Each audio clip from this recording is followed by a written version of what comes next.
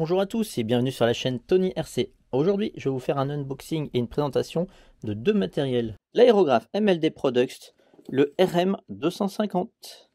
Donc un kit complet. On va le déballer. Et aussi, je vais vous montrer un compresseur avec une réserve de 3 litres. Alors au passage, on tient à remercier le partenaire Aérographe Discount qui nous a permis d'offrir ce matériel, compresseur et aérographe, à un abonné de la chaîne. Donc il y a eu un jeu concours qui a été organisé pour les 3000 abonnés de la chaîne et il y a eu à peu près une quarantaine de bonnes réponses. Il y a 2 personnes qui ont gagné. Donc le deuxième a gagné un lot d'outils Wartel Line VS Line, et puis le premier a gagné un aérographe et un compresseur de chez Aérographe, le MLD Product ici. Alors on a une belle petite boîte de rangement en plastique avec le dessus transparent. Donc cette boîte, soit vous la garderez pour ça, soit elle sera réutilisable pour ce que vous voulez. Alors qu'est-ce qu'il y a dans la composition de cette boîte? Donc on peut voir qu'on a un câble, le câble, un 1/8 de pouce, le câble ici qui est fourni avec un adaptateur, un réducteur. Alors comme on peut voir là, ça ne va pas, vous l'enlevez et vous pouvez le mettre directement dessus. Donc cet adaptateur là par contre vous servira si vous utilisez comme moi des tuyaux de gros compresseurs. Donc moi j'en ai eu besoin puisque moi j'utilise des tuyaux de compresseur de garage, un compresseur 50 litres, et on peut voir ici que j'ai utilisé le réducteur. Alors dans la boîte vous avez l'aérographe en lui-même qui est ici. Donc je vais le présenter plus en détail après puisque moi je l'utilise aussi à titre perso et je le teste depuis un moment. Donc celui-là on va pas y toucher puisqu'il va partir, c'est la personne qui a gagné le jeu concours. Ensuite on a une pipette qui vous permettra de faire des mélanges de couleurs ou de remplir la peinture dans votre godet. Une clé pour démonter la buse, donc ça on va regarder. Et on peut voir qu'on a un jeu d'aiguilles. Donc on a 2 jeux d'aiguilles. Alors une 0,3 au fond, une 0,5, et donc dans l'aérographe il y a une 0,2. Vous avez 3 aiguilles et au final 3 buses, puisqu'il y en a une déjà sur l'aérographe, 0,3, 0,5 et donc une 0,2 sur le modèle. Vous avez aussi au fond une notice. Alors là, il faut le souligner, elle est en français, avec le mode d'emploi, l'entretien nettoyage, nettoyage avant changement de peinture. Donc ça c'est assez rare, il faut le souligner. Donc vous retrouverez le lien en description de cette vidéo pour acheter ce matériel sur le site de ce partenaire. Et maintenant je vais vous montrer, mais avec mon aérographe qui est donc utilisé ici, puisque je l'ai encore utilisé hier et je ne l'ai pas nettoyé volontairement pour pouvoir le faire pendant cette vidéo. Je vais vous montrer ce matériel sale et je vais l'ouvrir. Donc mon aérographe est ici. Alors donc c'est le modèle 250. Alors moi j'ai pris l'habitude de travailler en ce moment sans la protection du bout. Donc c'est très risqué parce que du coup au moment où vous le remettez dans le pot de nettoyage, vous pouvez tordre l'aiguille. Donc il faut vraiment avoir beaucoup d'habitude pour faire ça. Sinon je vous recommande de travailler avec cette pièce là. Alors le seul intérêt pour moi de l'enlever, c'est que je nettoie directement l'aiguille avec mes ongles. Voilà. Mais on va la remettre. Je vais vous montrer un test de cet aérographe. On va prendre un petit peu de peinture noire. J'en mets directement dans le godet. Voilà. On va prendre une petite feuille.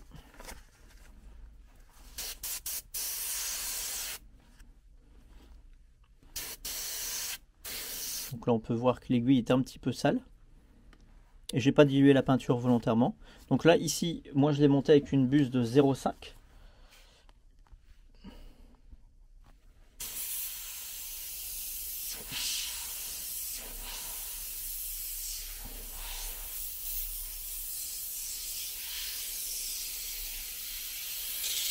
Voilà.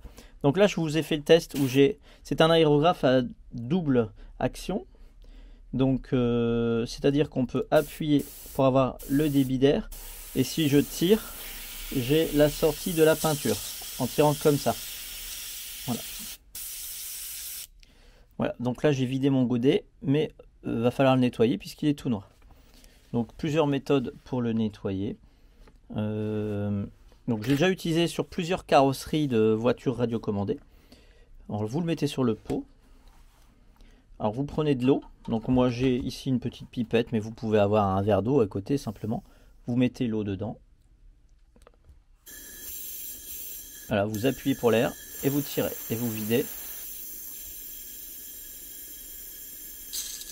Donc là, si vous devez passer par exemple derrière une peinture claire, l'intérieur du godet est sale. Donc moi ma technique, c'est tout bête, c'est de prendre un petit pinceau,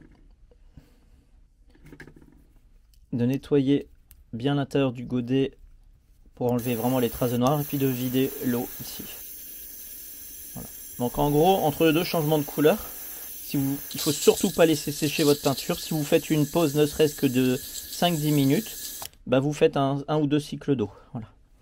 Mais pour vous montrer cet aérographe un peu plus profondément dans les entrailles, on va le démonter. Donc ici, on a une vis de réglage de butée. Alors par rapport à un modèle RM 350 qu'on va comparer, donc ici c'est le RM 250, on peut voir que l'aérographe quand même qui n'est pas du tout au même tarif, hein. Ici on a un peu de couleur dorée dessus, on a un manche plus design, et ici on a une butée avec réglage rapide, alors qu'ici c'est vraiment faut visser, dévisser. Alors, sincèrement ça c'est bien pour ceux qui peignent énormément, sinon ça pour si vous faites de la peinture occasionnellement c'est largement suffisant. Alors, au niveau de la tenue en main, on peut voir que mon doigt touche tout de suite le godet. Pourquoi? Alors que là non. Et oui, vous voyez là il reste 5 mm. Ici le godet est très petit, il doit faire 2 ml je crois, c'était ce qui est indiqué sur la notice. Et ici le godet, la taille n'est pas indiquée, il faudrait regarder la description sur le site. En gros, comme le godet est plus gros, vous avez le doigt qui touche le godet. Alors en fait ici le bouton aussi il est plat, sur le 350 il est conique. Donc sincèrement la prise en main est bien plus agréable sur un 350, mais le budget n'est pas le même hein, puisqu'on est au double du tarif. Je vous laisse aller voir les tarifs, je préfère pas les dire dans la vidéo parce que peut-être que les tarifs sont amenés à changer. En tout cas là on est à moins de 100 €, entre 50 et 100, et là on va être entre 100 et 150 pour cet aérographe là. La prise en main elle est meilleure sur un 350, mais malgré tout ça fait déjà pas mal de carrosseries que je peins avec le 250 et j'en suis très content. J'ai un peu plus mal au doigt quand je dois peindre longtemps parce que quand on tire en fait le bouton fait un peu mal au doigt, et le ressort pour le rappeler on peut voir il est très dur. Ici en fait le bouton et le ressort est beaucoup plus mou et du coup on n'a pas besoin d'appuyer très fortement. Et là ici voilà, donc en gros j'ai un petit peu plus mal au doigt quand je peins avec celui-ci. Mais l'avantage de celui-ci c'est que le godet est beaucoup plus grand. Donc quand je fais des carrosseries d'un 8e, j'ai pas à remplir très souvent ou à refaire des mélanges.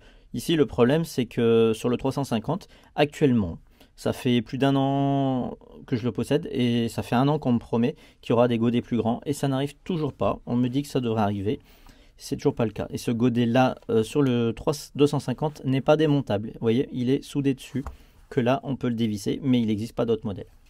Alors je l'utilise, j'aime bien parce que le godet est plus grand. On va le démonter. Alors comment on fait? D'abord vous démontez l'arrière. Voilà. Hop. Alors si l'aiguille est sale, on va éviter de la tirer par l'arrière, sinon ça fait rentrer de la peinture à l'arrière. Mais je l'ai dévissé. On va démonter. Alors vous pouvez démonter ça, mais c'est pas vraiment utile. Donc comme je vous montrais, on peut nettoyer ça avec ses doigts, mais avec un chiffon ça sera mieux. On démonte cette partie-ci. Et là la grosse différence avec le 350, bah, c'est que ici on a une petite buse à dévisser avec un outil. Alors je vais le faire. Je vais vous montrer la différence avec le 350. C'est pas la bonne clé. C'est cette petite clé. Donc on a ici. Je vais remonter un peu la caméra.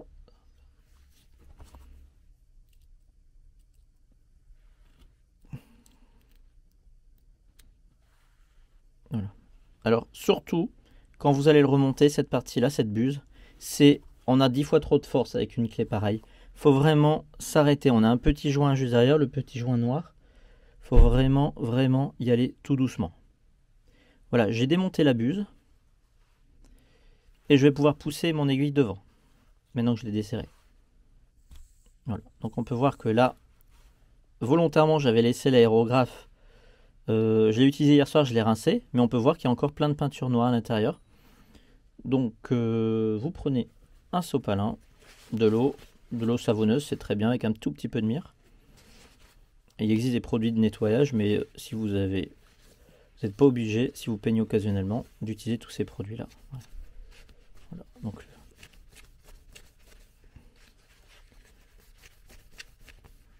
Voilà. Donc là, mon aiguille est déjà plus propre qu'au début. Toujours aller vers l'extérieur pour pas plier la tête. Alors ici, c'est une 0,5. On peut voir qu'elle n'est pas encore très propre.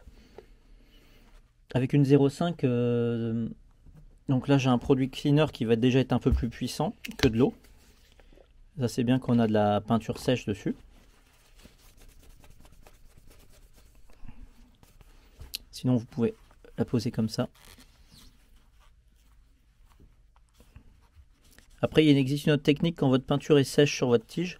C'est un petit coup de polish de mirror. Voilà, donc là, c'est propre. Alors ici, on peut faire, c'est prendre le pot de nettoyage. À ce stade-là, ressouffler un peu. Donc maintenant qu'il n'y a plus la buse, on fait tomber de l'eau dedans, elle coule toute seule.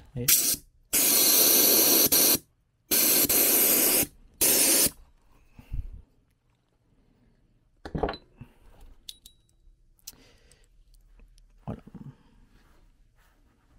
Donc là, le bouton est parti, mais j'ai nettoyé l'aérographe. Pour la partie buse, évitez, vu qu'il y a un petit joint dessus, évitez simplement d'aller mettre des produits très je sais pas comment dire, nocifs. Alors si c'est bouché, il existe des petits outils que vous pouvez trouver avec les pots de nettoyage, en général ils sont vendus avec. C'est une petite pique comme ça. Et vous allez gratter à l'intérieur de votre buse. Donc là, vous le faites que si c'est bouché. Hein. Sinon, comme je vous dis, dès que vous avez fini une couleur, aussitôt vous rincez à l'eau. Et ça vous évite de nettoyer, de démonter votre aérographe. Plus vous le démontez, cette partie-là, plus vous allez un petit peu abîmer le joint. Il faudra le remplacer de temps en temps.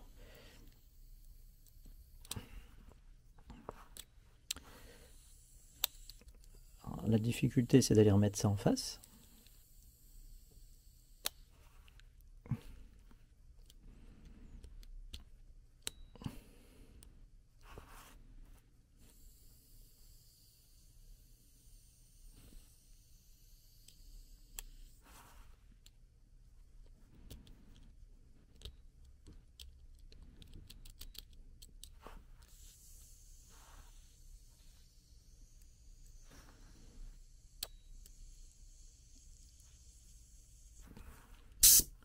Voilà, j'ai réussi à la remettre. Voilà, alors, hop. Donc je ne démonte pas la partie arrivée d'Erge. Ici, c'est propre. Alors vous pouvez toujours utiliser, s'il y a de la peinture sale, vous utilisez des produits comme du cleaner ou des produits un peu plus qui attaquent un petit peu plus l'intérieur.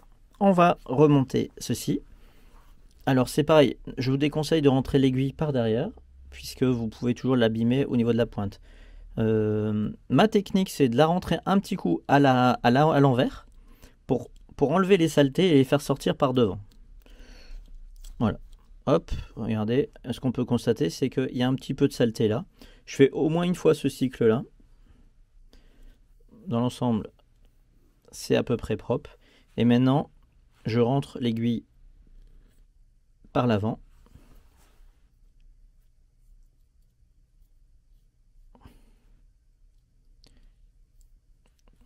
Alors surtout, avant de mettre ça, vous la rentrez à l'intérieur.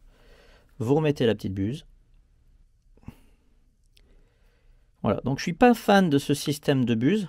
Alors faut vraiment, là je l'ai serré à la main. Et à la clé, vraiment, on met sa main le plus proche possible. On serre pas très fort, c'est suffisant.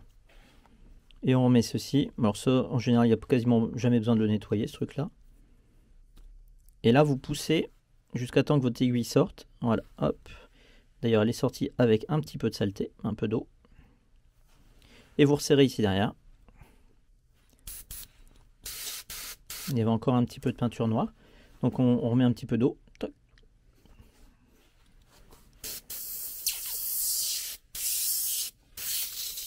Voilà. Et donc cette partie-là de protection de l'aiguille. Elle n'est pas hyper utile dans le sens... elle est que là pour protéger cette partie. Voilà. Hop. Et je remets ça. Et alors vous voyez, la butée c'est vraiment... Là ici je peux reculer à fond. Et que si je serre, on peut voir que j'ai moins, donc j'aurai moins de débit de peinture. Donc si vous faites des petits traits, bah vous serrez ici. Maintenant que je vous ai montré celui-ci, la différence de buse avec un 350. Donc le 350 est un petit peu plus lourd en main, mais le bouton est plus agréable. Ensuite, il paraît un peu plus luxueux, mais ça on s'en fiche un peu. Il fait... Voilà. Alors ici, le système de buse est très différent. On peut voir que dès qu'on dévisse, hop, on a un système différent. C'est-à-dire qu'on n'a pas besoin d'utiliser un outil. Voilà la buse, elle est là. C'est une buse avec un joint en téflon et non pas avec un joint en caoutchouc noir. Donc, ça veut dire qu'on n'a rien à serrer. Le seul joint qu'il faudra vraiment faire attention, c'est toujours le rouge qui est ici. Hop. Donc ici, on dévisse. Ouais, je vais aller à fond de la présentation. Donc là, mon aiguille, elle est à nettoyer aussi. Je m'en suis servi tout à l'heure.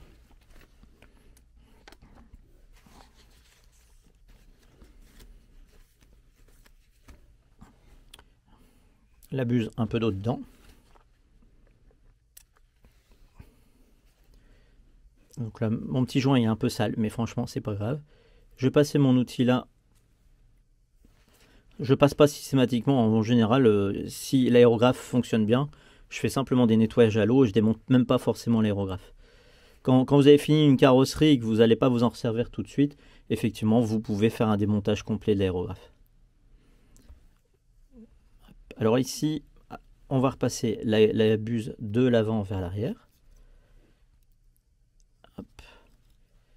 Donc je peux placer la buse dans la tête. Donc le petit joint ne tient pas très bien ici. Je la garde la tête en haut et je revisse. Vous avez vu, il n'y a pas eu d'outil à utiliser.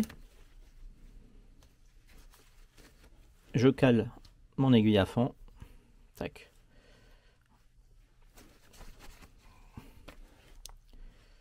Et voilà. Hop. Donc là, ici c'est un peu, il y a de la peinture noire, donc ça, simplement une brosse à dents. Et puis si ça part pas avec de l'eau, ben, avec du cleaner. Et il y a un produit un peu plus puissant pour les peintures sèches. C'est de l'Ultra Cleaner de chez Prince Auguste.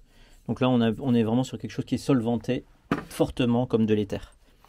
Voilà pour cette présentation. Donc pour terminer, ce que je vais dire, le compresseur, je pense qu'il est vraiment extraordinaire pour des usages occasionnels et peu bruyants.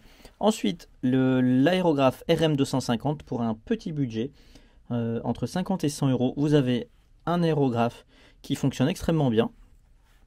Je ne suis pas archi fan du système de buse, mais si vous n'avez pas le budget pour avoir une buse, on va dire, plus facile d'entretien, celui-ci fait le job largement. Et je l'ai utilisé déjà sur beaucoup de carrosseries et j'en suis vraiment content. Donc ce que je fais, c'est que pour ne pas avoir à démonter cette buse, je nettoie extrêmement vite à l'eau tout de suite après avoir terminé une couleur. Et pensez à diluer vos couleurs de façon à ce qu'elles soient liquides comme du lait si possible, voire même comme de l'eau.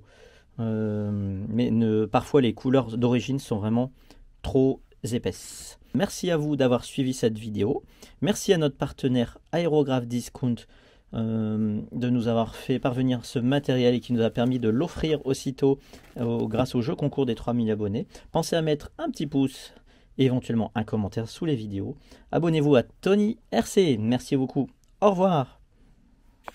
Le RM 3500, son compresseur. Alors ici, c'est un petit modèle avec un budget très sympathique. Vous pourrez retrouver tous les tarifs sur le site Aérographe Discount, donc partenaire de la chaîne Tony RC. Le site, c'est aérographdiscount.fr. Voilà, dessus vous pourrez trouver les compresseurs, les aérographes et toutes les peintures, que ce soit du Valero pour peindre sur des carrosseries Lexan, la marque Valero, la marque Createx, toutes ces marques-là. Il y a encore d'autres modèles comme Createx Wicked Color. Alors c'est parti pour le compresseur. On a une prise d'alimentation que je vais brancher aussitôt.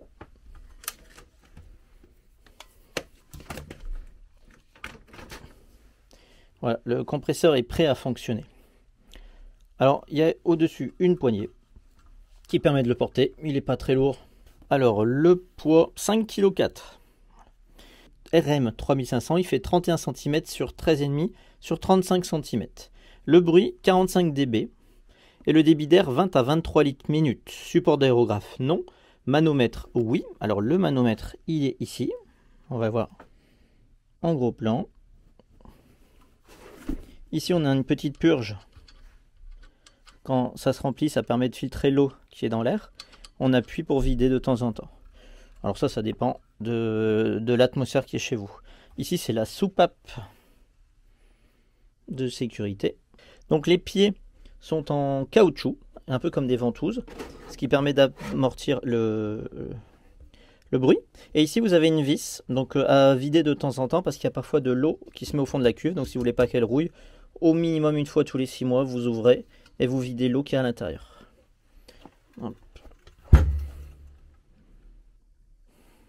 Voilà le dessous, le côté, avec la petite réserve de 3 litres d'air.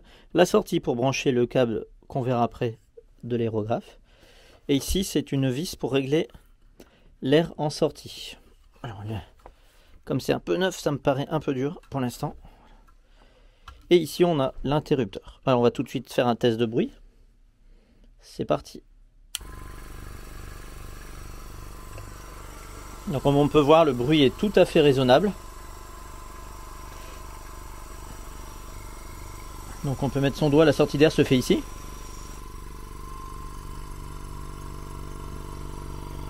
Et donc là, comme je bouge la sortie d'air, la pression commence à monter.